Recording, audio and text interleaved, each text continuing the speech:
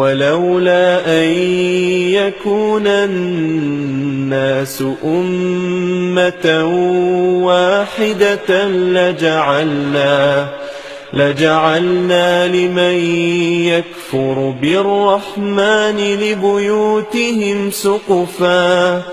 لبيوتهم سقفا من فضة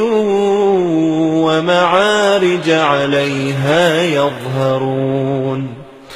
ولبيوتهم أبوابا وسررا عليها يتكئون وزخرفا وإن كل ذلك لما متاع الحياة الدنيا